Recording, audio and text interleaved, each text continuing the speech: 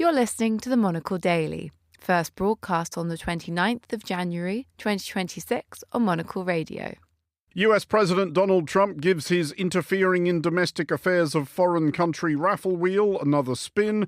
President Vladimir Putin once again welcomes President Ahmed al-Sharaa of Syria, which cannot do wonders for the nerves of former President Bashar al-Assad of Syria. And can driverless cars learn zebra crossing etiquette? I'm Andrew Muller. The Monocle Daily starts now.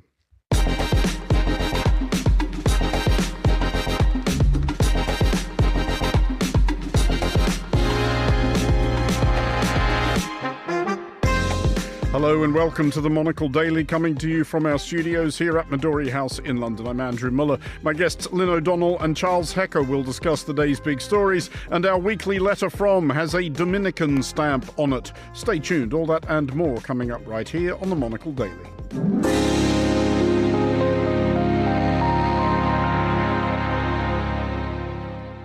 This is the Monocle Daily. I'm Andrew Muller, and I am joined today by Lynne O'Donnell, writer and columnist for Foreign Policy magazine, and by Charles Hecker, author and associate fellow at RUSI. Hello to you both. Hello. Good evening.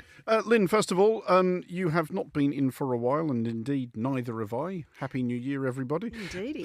But you were in the United States before or just after New Year. What was that all about? It was just before Christmas. I went to do some research and work, and while I was there, I took an exotic side trip to Middletown, Ohio, hometown of J.D. Vance. Did you get the impression that the locals were collecting to erect a statue of him in the town square? The locals loathe him. I mean, any particular reason? I mean, there's not a shortage to choose from. Mostly it comes down to the way he portrayed his fellow Middletownians in his autobiography, Hillbilly Elegy. They take exception to being branded as redneck hillbillies, drug addicts, work-shy, lazy people. They took offence at that. It surprised me, yeah. This is extraordinarily... Yeah, who do they think they are? Extraordinarily thin-skinned of them. Charles, you have recently been visiting Zurich, but as I understand it, did not have time to visit the genuinely excellent tram museum.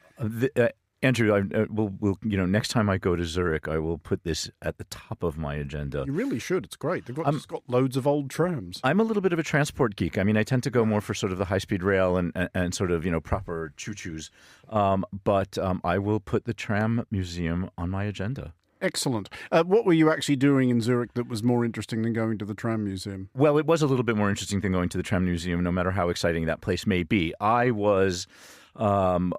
the guest of the University of Zurich, and I was doing a geopolitical risk workshop for a group of Ukrainian executives who were making their way from Ukraine to Zurich, and then onward to Davos. I did not go with them to Davos. I stayed in Zurich and went home, but it was fun being, generally speaking, in the hood. At the risk of dispensing free advice to our listeners, for which you could otherwise, I'm sure, invoice for terrific sums of money, what advice do you give Ukrainian executives going to a thing like Davos? Well, this is a really interesting thing because, of course, Ukrainian executives, the vast majority of them are already experts in geopolitical risk because You would think they would have to be. That's right, because of the situation in which they find themselves. And so these workshops are useful, though, because you can help people confirm things that they already assume or suspect or know, or you can offer contrasting viewpoints and help them sort of expand the way that they look at the topic of geopolitics. The other thing is that all of these executives are typically very busy doing whatever their company does, making things, selling things, and then also, of course, trying to survive during a war and make sure that they have a workforce and make sure that the electricity stays on. And as much as they may know about geopolitics, they're busy with a lot of other topics. Well, we will start in Iraq, where an attempt to influence the internal affairs of another country by US President Donald Trump may, and not for the first time, have consequences other than those he may have preferred. Iraq held a parliamentary election in November, and following the subsequent arm-twisting and horse trading, a coalition of broadly Shia parties has put forward for the Prime Minister's job Nouri al-Maliki, who previously held the post between 2006 and 2014, not widely recalled as a a golden era, rather, in the history of his nation. President Trump has threatened to withdraw all US support for Iraq should Maliki be returned to office. Yes, this bungling crook, widely suspected of all kinds of unsavoury ties with America's enemies, does not like Nouri Maliki. Thank you for coming out, try the fish, etc. Lynne, first of all, President Trump, credit where due, to this analysis, has said last time Maliki was in power, the country descended into poverty and total chaos. He further pronounced upon Maliki's, quote, insane policies and ideologies. That's not entirely wrong, is it? No, I think it's pretty much hitting the nail on the head, to be honest with you. 2006 to 2014 were horrific years for Iraq and its people. The country descended into sectarian violence. I can remember, some of the descriptions of the violence that went on have stayed with me. Just newspaper reports of people using electric drills on other people because they happen to be the wrong sect, and then, of course, all of this led into the horror of ISIS. And this was all under Prime Minister Maliki's rule. And at the same time, I think we need to remember that Iraq is a majority Shiite country, 65 to 70%, and so it is very much influenced and influenceable by Iran. So I see this sabre rattling. It's not really even that. It's just belligerent rhetoric from Trump as being another Iran play. He doesn't want Iraq to become part of the equation in the destruction and removal, I believe, of the Iranian regime. And I think it's a fair warning. Iraqi people don't want that either. Generally, they like to be confident in their own sovereignty, and they don't want any external diktats, whether it's from Washington or Tehran. And I think that this, as an Iran play, is understandable. Just to follow that up, though, Lynne, you're correct, of course, to point out that most Iraqis are of the Shia persuasion. It is a possibly regrettable but nonetheless concrete fact of life that they do still tend to vote along sectarian lines. But there are plenty of other Shia politicians. I mean, is it clear why anybody wants to give Maliki another crack at this, given what happened last time? It's all about politics, isn't it? Who can muster the power, who can hand out the favours. That's how politics works in every country, and I think the stakes are much higher in a place like Iraq. That's what it comes down to. Charles, Maliki has inevitably harumphed about what he has described as this blatant American interference in Iraq's internal affairs. Is it possible that Trump getting involved here may actually help him? Because we have seen this happen in Canada. We've seen this happen in Australia. We may yet see it in the United Kingdom, whereby an incumbent broadly centrist government can point at their opposition and go, those are Donald Trump's people. Yeah, exactly. I mean, there is a certain unifying force that Donald Trump has in other countries. But before I carry on along those lines, I should probably tell you, Andrew, that just a week or so ago, I had a conversation with an individual who is, as we say, exploring commercial opportunities in Iraq. Mm-hmm. And he said that it is an attractive market. Things are getting built there. There are hospitals, there are schools, there are roads, there are bridges. No, I mean, it is, as it always has been, a potentially marvellous country. And what he said to me was, as he was talking about his exploration of commercial opportunities in Iraq, he said, I will be an enthusiastic investor until or as long as they do not appoint Nouri al-Maliki as the prime minister. And I think that sort of tells you everything that you want. But, you're absolutely right to say that, look, the sort of being a Donald Trump hate figure can sometimes help you rally the troops. Donald Trump is threatening to pull the plug on US support for Iraq. But that, Lynne, going back to what you were saying earlier, I mean, they'd be delighted by that in Tehran, wouldn't they? Yeah, I guess they would. But this is where I think it comes down to rhetoric, because pulling out of such an important neighbour and very close neighbour would be a strategic mistake. I can't see it. The rhetoric is going to work for the reasons that Charles has just stated. You become a Trump you're identified with Trump, you become a hate figure, the troops rally around you. So I can't see that happening, really. I think that this is a very smart play. But isn't this always the problem, though, Charles, with the isolationist approach that certainly Trump and I think even to an even greater extent Vice President Vance wish to pursue, that it is the fact that whether they like it or not, that if the US announces we are no longer going to take any interest in country X, other people are sure as hell going to. That's right. I mean, the United States is adopting this sort of interventionist mode when it feels that it needs to keep other countries at a safer distance. This would be a very unusual time for the United States to completely disengage with Iraq. I mean, I can think of a number of reasons. First of all, the energy market is coming back online, and that's important to the United States as long as it doesn't sort of tank the U.S. energy market, U.S. oil or natural gas exports and the prices that they command. Actually, energy is up now. Brent's at $70 a barrel as a result of all of the drum banging around Iran. And it would be very, very unusual for the United States to pull the plug on Iraq when it's thinking of toppling the regime in its neighbor. The border between the two countries is fairly porous, and you have to wonder what's going to happen to Iraq if there is, well, if there's regime change or, ongoing civil unrest or a collapse of the regime in Iran. Well, to Moscow now, and to, one assumes, a fresh avowal of former Syrian President Bashar al-Assad, exiled in the Russian capital, of his resolution to stay away from high windows and refuse hot drinks offered by strangers. Assad's successor, former jihadist militia commander Ahmed al-Sharaa, has been treated to another visit to the Kremlin and to President Vladimir Putin of Russia's hospitality. Putin and al-Sharaa, who were on opposite sides during Syria's interminable civil war, have gritted their teeth through some insincere encomiums of mutual appreciation and are believed to have discussed the maintenance of Russia's military presence in Syria, possibly at the price of the extradition of a certain former Syrian president. First principles first, Charles, why does Russia still want to be in Syria? Russia has to still be in Syria. Russia has a decreasing circle of friends, number one. And so you've got to keep the ones that you have. And Syria is host to Russia's only military base outside the borders of the former Soviet Union. And so this is of critical strategic importance to Russia. It has got to maintain some sort of leverage in the region, and its association with al-Sharaa and its association with Syria is essentially its ticket to legitimacy in the Middle East. The other thing is that it's been a very bad few weeks for Russian allies elsewhere.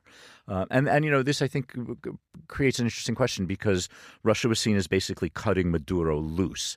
And so it's probably got to claw some ground back from its attitudes towards Venezuela in its attitudes towards al-Sharaa, and perhaps convince its allies there that there is some durability and sustainability to a relationship with Russia. Of course, with Bashar al-Assad apparently living the life of luxury in Moscow and retraining for certification as a Russian licensed ophthalmologist, this puts Putin in a very tricky position. But Lynne, why would Syria, given history and given Russia generally, be interested in having this conversation or maintaining this relationship? Or is perhaps al-Sharaa kind of hoping for a better offer from someone else? He's already had some pretty damn good offers. He put on a suit, shed his al-Qaeda nom de guerre, and flew to Washington and had his picture taken shaking hands with the President of the United States. Hello, So this is just, I think, entrenching legitimacy that he needs, It's pragmatic and it's mutually pragmatic. Do we suspect, though, Charles, that Assad may be on the table here, that his studies may be interrupted by unwanted return to his homeland? Yeah, on the table, I think, is exactly the way to put it. And that is that, if you're going to be an unreliable ally, it's probably better to be unreliable to people who have already been deposed from power than to people who still are in power.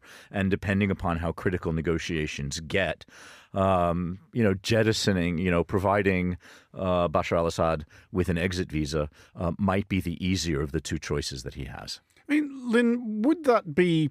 Is this at this point in Syria's history? Obviously, we will come shortly to practical steps in that direction. This is a new regime trying to rebuild a country almost from the ground up.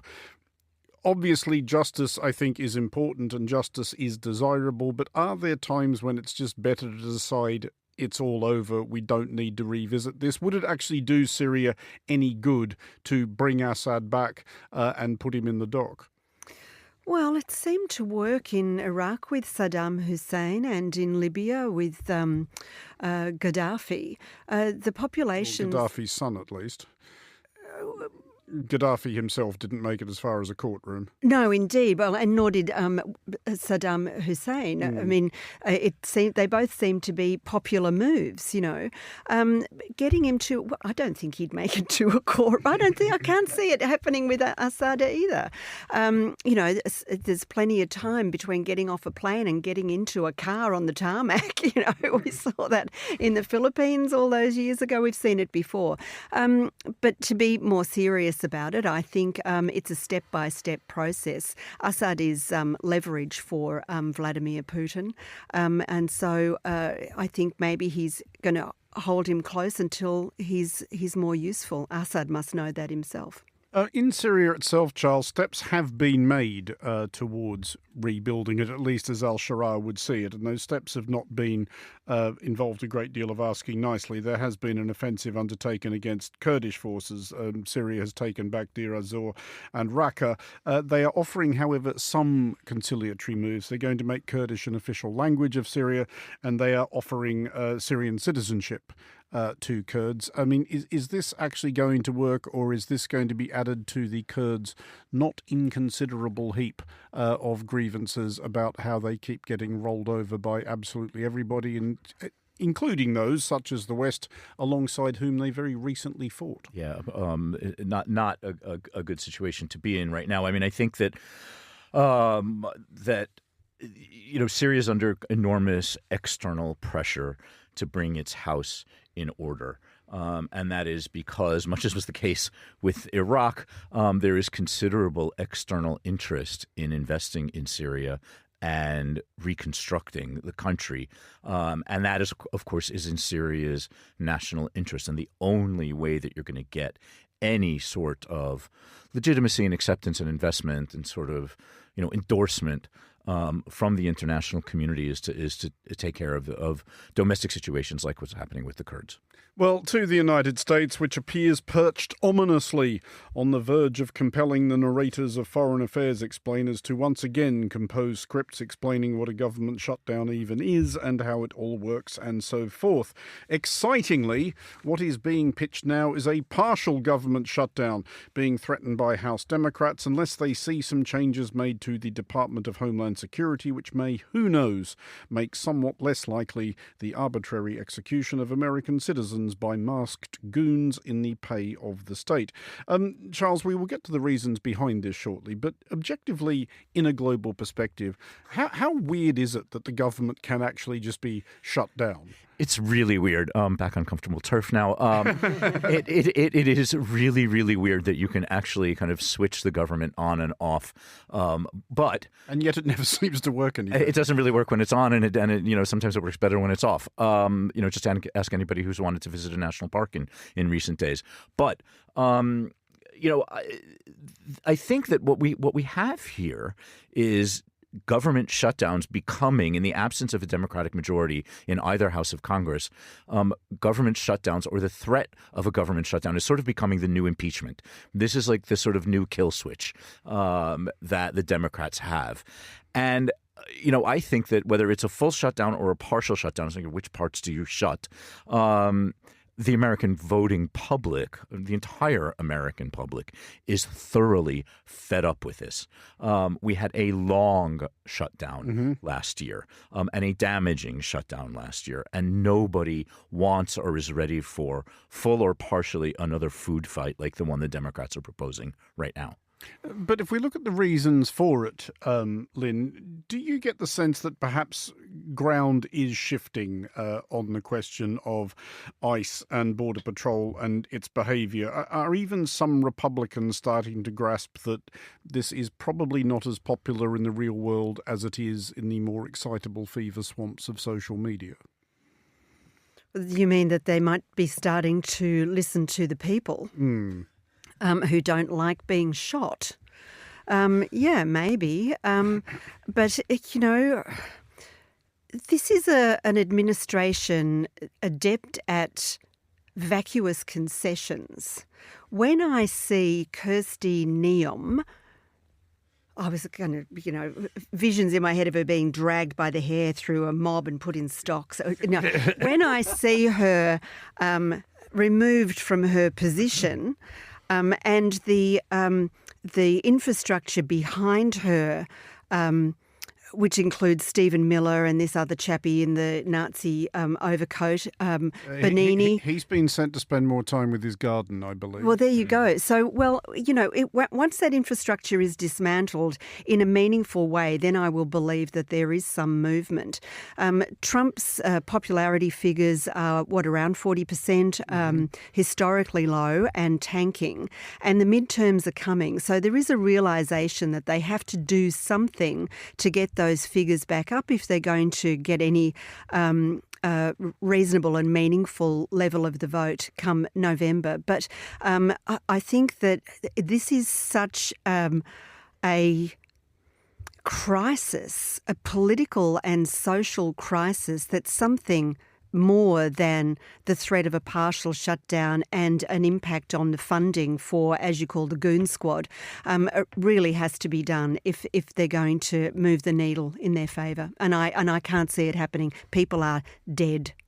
I mean, Charles, it's not a difficult intellectual exercise pointing out the hypocrisies here, but speaking, as you always do on these shows, for the entire population of the United States, I think what is baffling to a lot of onlookers, actually I think a lot of this is baffling to a lot of onlookers, but a specifically detail of it is that you have this extremely voluble, cranky libertarian movement which has attached itself to Trump, waving their "don't tread on me" flags and sort of saying, like, small government is better government, who seem just incredibly relaxed by unidentified, heavily armed, unaccountable, masked troops dressed up as the Special Air Service, wandering the streets of American cities, dispensing arbitrary violence at will. Yeah, it's very difficult to assign sort of logic and pattern and sense to all of this. And by the way, Andrew, it's not just sort of baffling to onlookers; it's baffling it's baffling to everybody, and it's baffling particularly. I mean, Lynne and I were talking about this. When both of us were visiting the United States recently.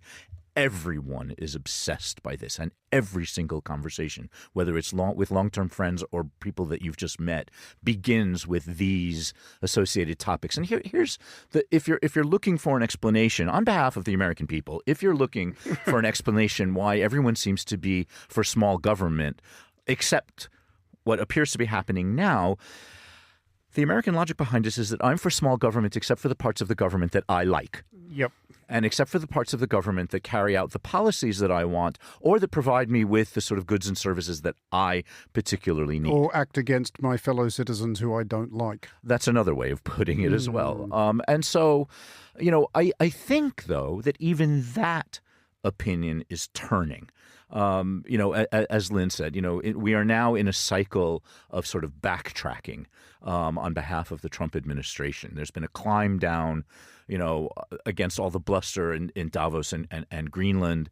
And there is a climb down in the works and already a partial climb down, this thing called a de-escalation on ICE and from Nome and from the Border Patrol and DHS. And so, we'll see. Maybe this part of the government might soon be getting a tiny bit smaller. Well, here in London, another step in bracing the citizens for the arrival of driverless taxis. American ride-hailing concern Waymo has unveiled one of the Jaguar cars it has calibrated for London and revealed something of the training they are undergoing, including getting used to the zebra crossings, which traditionally rely on subtle nods and waves between motorist and pedestrian rather than the instruction of flashing lights. Though, of course, if Waymo really wanted London taxi users to feel at home, they would rig internal speakers to berate passengers with an incessant monologue about the virtues of conscription and public executions. In related news, the Licensed Taxi Drivers Association has scorned the robo-taxis as a fairground ride. Lynne, they hope to have these up and running later this year. Are you keen?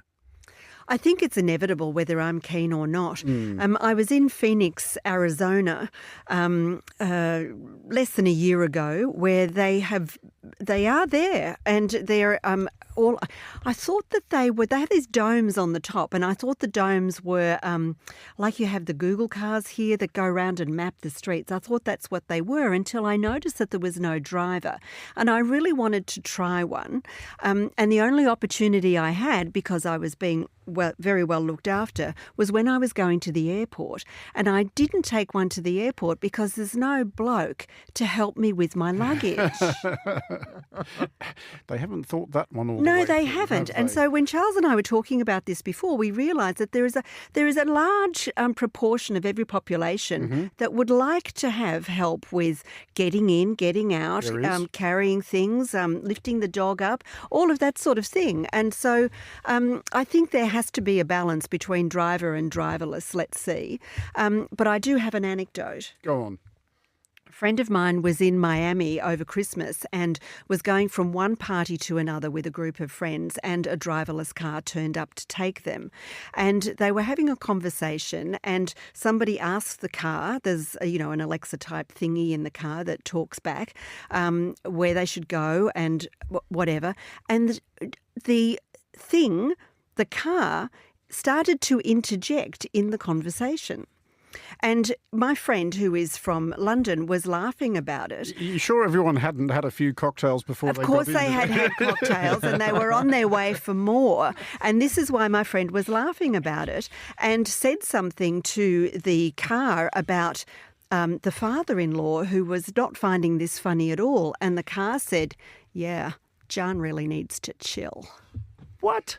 The car said that. Yeah. The car is judgmental. Yeah, right. See, that right there has put me off ever taking one of these things at all. Imagine what it'd say to you. Well, exactly. But I mean, the absolute last thing, Charles, that I want is technology that talks to me or that I have to talk to. I want things that do what I want them to do when I press a button. But as I suspect Lynne points out, this is the future, whether we like it or not. Would there, though, be a case in a sort of, crazed socialist dystopia like the United Kingdom? I'm just framing this in terms an American will be able to appreciate. What would be stopping a government from just saying, no, we're not going to do this here because there are a lot of people here who rely on driving vehicles for a living?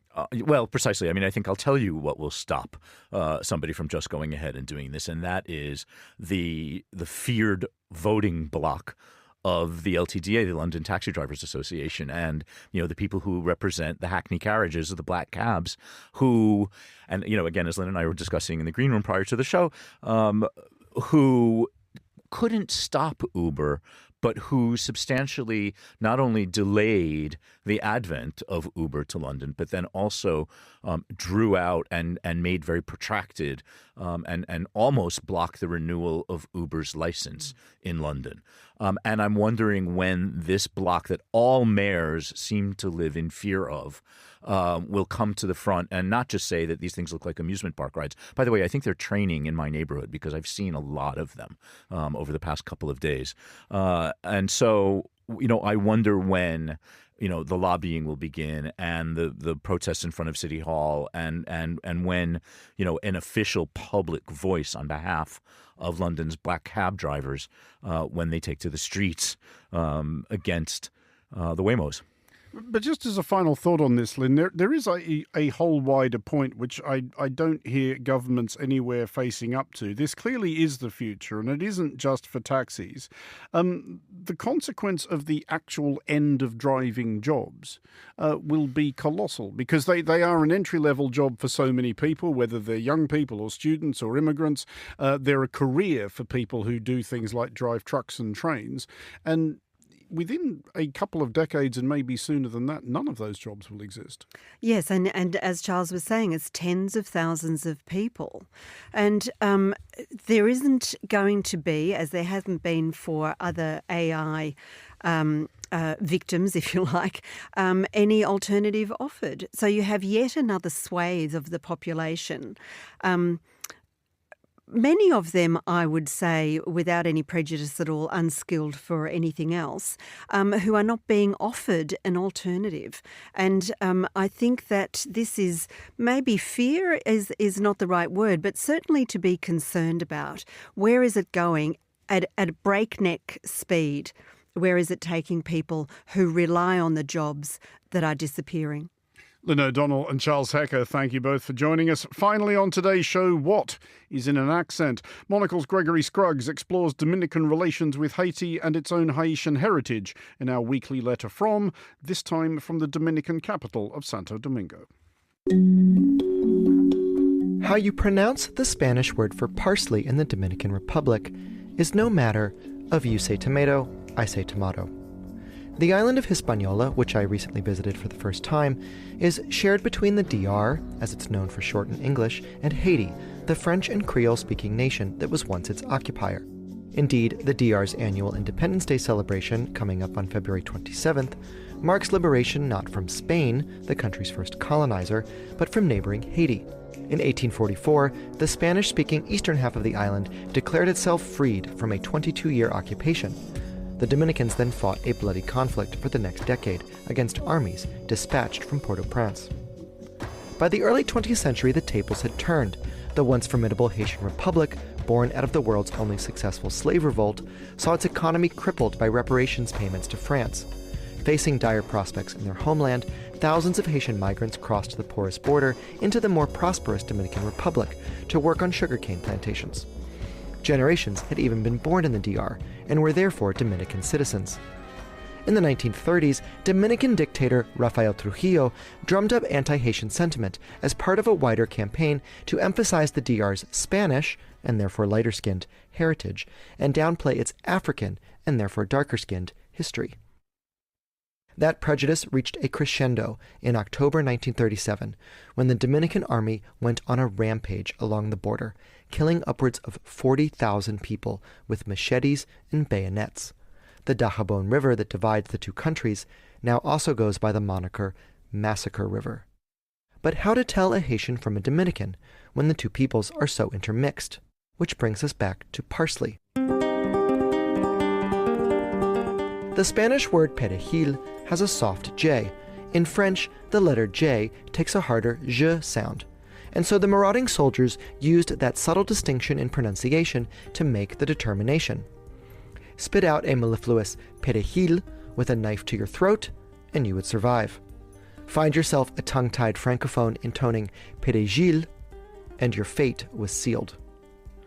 I learned this cruel history lesson during a university course on Caribbean history and literature, where we read novels about the episode by Haitian authors. I can heartily recommend Edward Stantecat's The Farming of Bones and René Philoctet's Massacre River. And as I traveled to the Dominican capital Santo Domingo for the first time, this gruesome saga from nearly 90 years ago loomed large in my imagination. It had haunted me in a New York City classroom a decade ago. But what, if anything, did it mean to Dominicans today? As I suspected, the Parsley Massacre was hardly the subject of a national exercise in truth and reconciliation. Dominican-Haitian relations remain fraught. In 2013, a Dominican court revoked birthright citizenship for an estimated 250,000 people of Haitian descent. When I was in town last month during the U.S. military buildup in the Caribbean, the local papers were far less concerned about Washington's posture toward Caracas than its stance on a proposed UN-backed gang suppression force set to deploy in Haiti. A few days before my visit, Dominican authorities proudly announced they had deported nearly 1,000 Haitians who had crossed the border illegally on the hunt for Black Friday shopping deals, and that the new U.S. ambassador had affirmed in remarks that Haiti is a legitimate security issue for the DR was itself front-page news.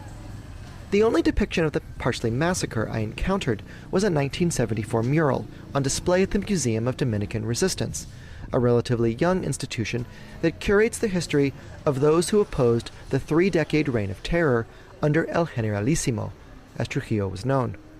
A spin through an edgy contemporary art show also afforded a glimpse, as one of the pieces abstracted the Dominican-Haitian border in sculptural form, as an oblique commentary on bilateral relations. But it was dinner at Casare that served up this chapter quite literally. the restaurant hosts a nightly tasting menu that can best be described as a 10-course thesis on the natural and cultural history of Hispaniola. Or maybe that should be Quisqueya, the island's Taino indigenous name, as the restaurateurs pointed out.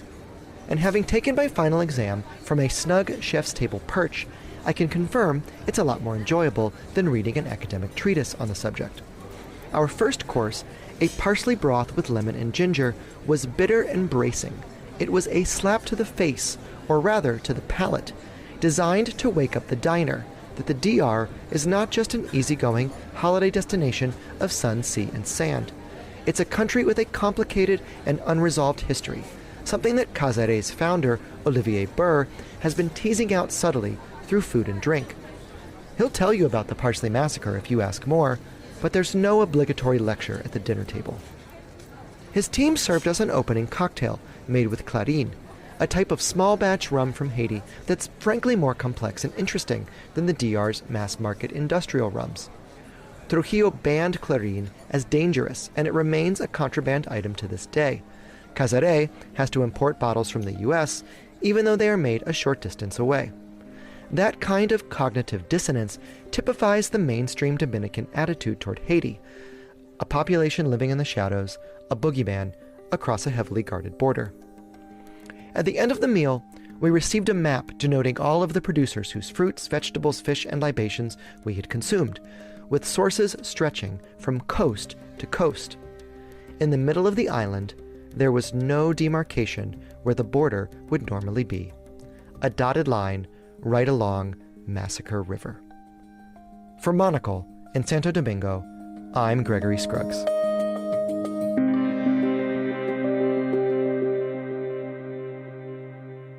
Thank you, Gregory. You can read Gregory's full report from Santo Domingo and the Dominican Republic in the February issue of Monocle magazine, which is on a newsstand near you today. And that is all for this edition of The Daily. Thanks to our panellists today, Lynne O'Donnell and Charles Hecker. The show was produced by Chris Chermak and researched by Annalise Maynard. Our sound engineer was Steph Chungu. I'm Andrew Muller here in London. The Daily is back at the same time tomorrow. Thanks for listening.